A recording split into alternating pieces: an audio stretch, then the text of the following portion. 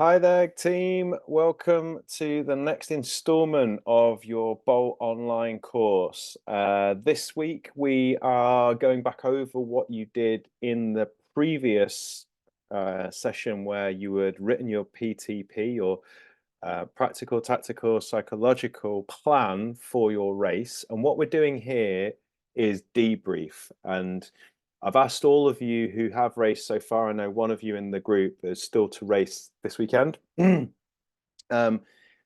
stop and reflect on how well you managed to basically execute that mental plan in your race that you've been doing recently. And I've provided on all of your shared drives, as you can see here, a debrief form which asks 6 very simple questions.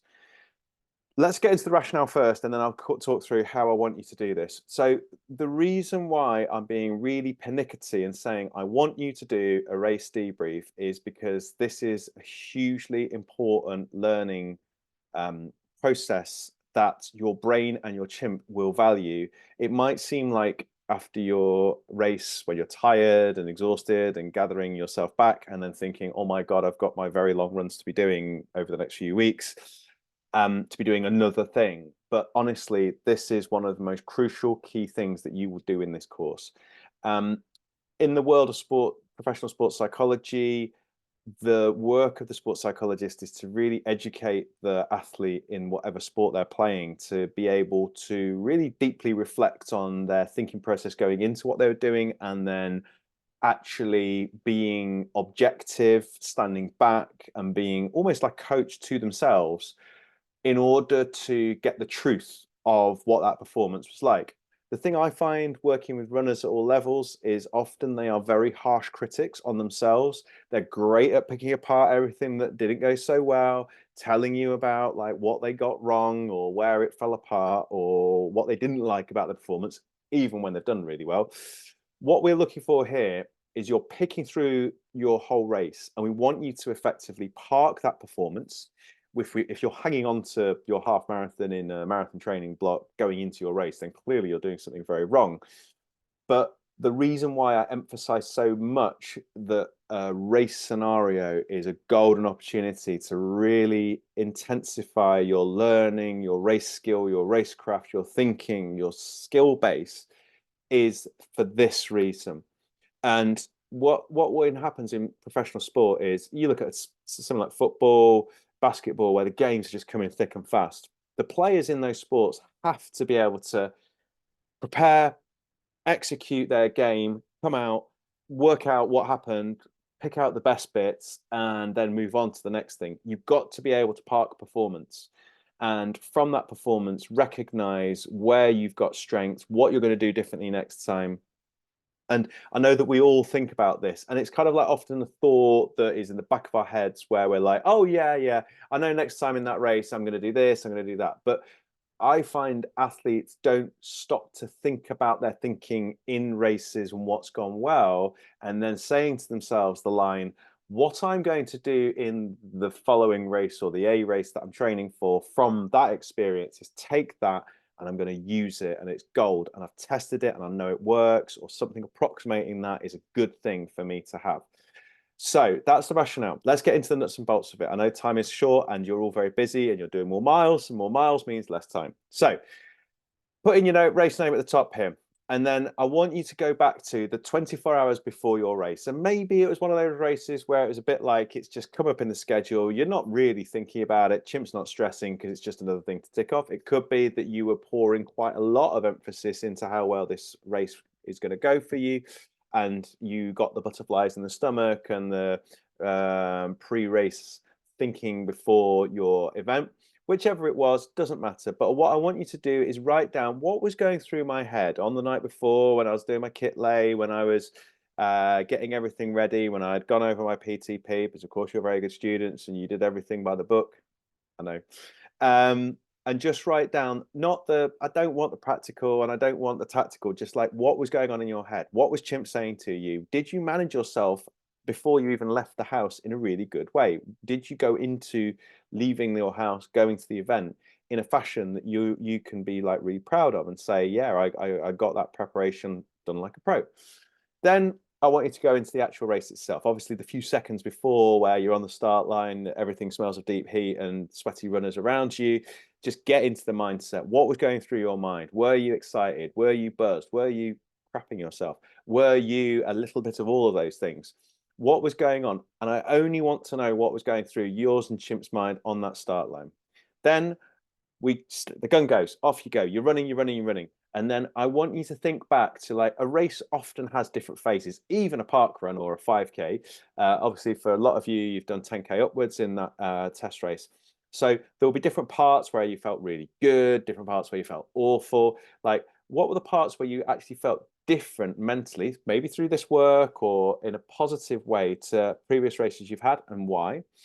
And then I want you to then think about specifically those tricky parts that came up for you that you had to mentally navigate. And often anything half marathon up, we'll have a race where it's like, oh my Lord, there were some phases where I almost went to pieces. I almost fell apart. I was being tested. My brain wanted me to slow down. Chimp was chatting in my ear. Got distracted. There we go. I want you to put down what were the tricky parts that came up for you. Capture this, remember this, go back in your head and really, really capture it, because then what we're going to do is, like, go to the tools, which I really, really, really hope that you had tested in the race. The whole point of doing a PTP is to have tools that you take in.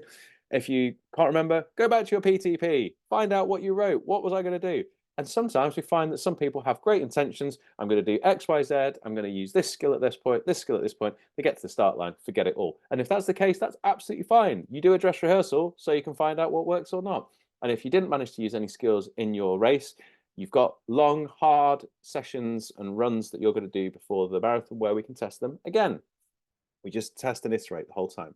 So list what you used in the race, and then think about, from that list, in the last thing here, what is it that you will continue to develop and use? What's the stuff that you tried, either didn't work, or leave to one side? And that's basically the long and the short of what I want you to do for the race you did before. Now, I know that it's a really hectic schedule for all of you. Have been chasing up one or two of you to get something down. If you haven't done this for the race you've done, please, please, please take it seriously. Really pour more effort into this than almost anything else.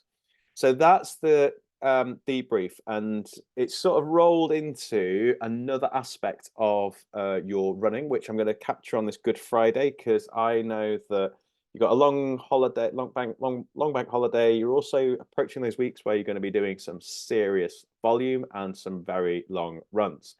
And what I would like you to do is to think about, and I'm going to focus today's conversation on attentional focus. So what we're looking at and what we've been doing in the review and what you're doing in your PTP is effectively training your mind to focus better and not be distracted in a race scenario.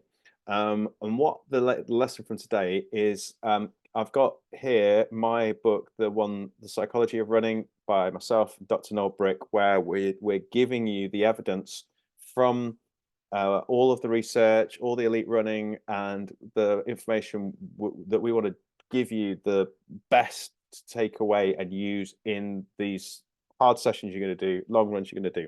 It's chapter 4. So if time is really short, don't read the rest of the book, just read chapter 4 for this one. It's about attentional focus. And I'm going to help you even more. You don't even need to read chapter 4. I'm going to give you the key findings. But if you want to get that little bit of flesh on the bones, please dive in. So what the key things to think about when you are in those long runs and thinking in advance of what that long run on the 21st of April will look like in your marathon is, your attention is like a torch beam, yeah? And what you have, whether you like it or not, is the ability to turn the end of the torch in such a way that the beam can either go wide and you can focus your attention on everything going around. And at London, there's a lot of stuff going on, noise, music, crowds, etc. Or you can narrow it. So you can narrow the beam.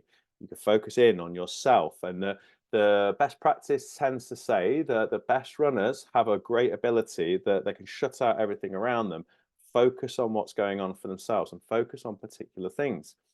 And what we tend to find, research findings, is that more amateur beginner runners focus a lot on the exterior stuff, and they don't really focus on what's going on for them in their running or their bodily experience and mind experience.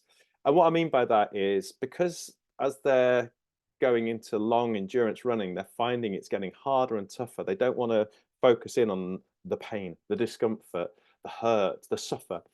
Whereas actually the best runners are able to tend to that internal noise, and like actually, like we were saying with some of the tools from last week, they're very good at focusing in and being okay with this is bloody painful, this is hard, but they want to almost like embrace it. Whereas an amateur, a really amateur runner will just be like, no, make it stop. I just want to get to the finish. And we're training you in this program to not think like that. We want you to think like a pro. So you should know that actually this is trainable. You've got flexible, variable, dynamic ways you can focus in. And there are times the pros will, and we want you to focus out. And the thing that you need to do is, as much as I'm now telling you, focus on what's going on internally for you, I'm going to contradict myself. And I'm going to say, if you focus excessively on those bodily sensations, it can make that running feel harder. So the key thing that we need to do, what the pros do, is they're very good at tuning in periodically as they're doing their long distance race. If it maybe becomes a little negative along the way, they might go, oh, hang on, let's do I think I was describing last time, a bodily, a sort of MOT check of like head, legs, arms, what's really hurting, and actually almost standing objectively back and making a choice that they're not going to throw a pity party, get stressed out, and keep everything in check. And perform a body scan, which might say, how's my breathing? How do my shoulders feel? How are the legs? Just keep going for a little bit further, etc. And the faster performances we see result from these kind of types of strategies. So it might be actually one of the things you tell yourself is you want to run fast, but you need to relax a little bit more. When we're tense and we get intense, actually that can slow us down. And I've talked about using instructional cues. So we saw in the example at the end of last session, long, fast, slow, flowing movements, and similar mantras, similar cues that you might use. Often you hear track sessions, coaches saying, in the reps where you begin to feel tired, make sure you feel like you've got someone lifting your head up with a balloon above it, and that's how we want you to focus as you go around the track. Great advice. That's where it comes from. Monitoring your automatic processes, such as breathing and running movements, can result, if excessively thought about, in less efficient running, specifically for experienced runners, which all of you are. So if you're tuning into your breathing and going, God, it's so heavy, or similar, yeah, or your running motions, and you're really inwardly focusing too much on that, it'll end up having the effect of making you slower. So avoid monitoring those processes and go back to what we just described before about like talking to yourself through, having a bit of an internal focus, but like really looking into the long distance and thinking about running tall, running strong, and like managing what emotion and feelings might be coming your way. And if you want to avoid, if you want to run fast, avoiding distractions really important. So the things like just helpful distractions such as chatting with a running partner, or focusing on nice views, or letting your mind wander, unsurprisingly, will take your mind away from the thing you're trying to do. If you're doing a timed race, you want to get a 3-hour marathon, and you're kind of letting your mind drift off, not checking the watch, obviously you don't want you to excessively check it, then that's where you can fall apart. So distraction's fine to a point, but not too much. So there are points where if you feel like you've got really good rhythm, really good pace, and maybe you're on a really straight part of the course and you're like, I've got this, you can periodically be checking your watch, but not like every few seconds, or leaving it for 10 minutes, and suddenly you've lost 30 seconds a K or a mile and you're way off your target time.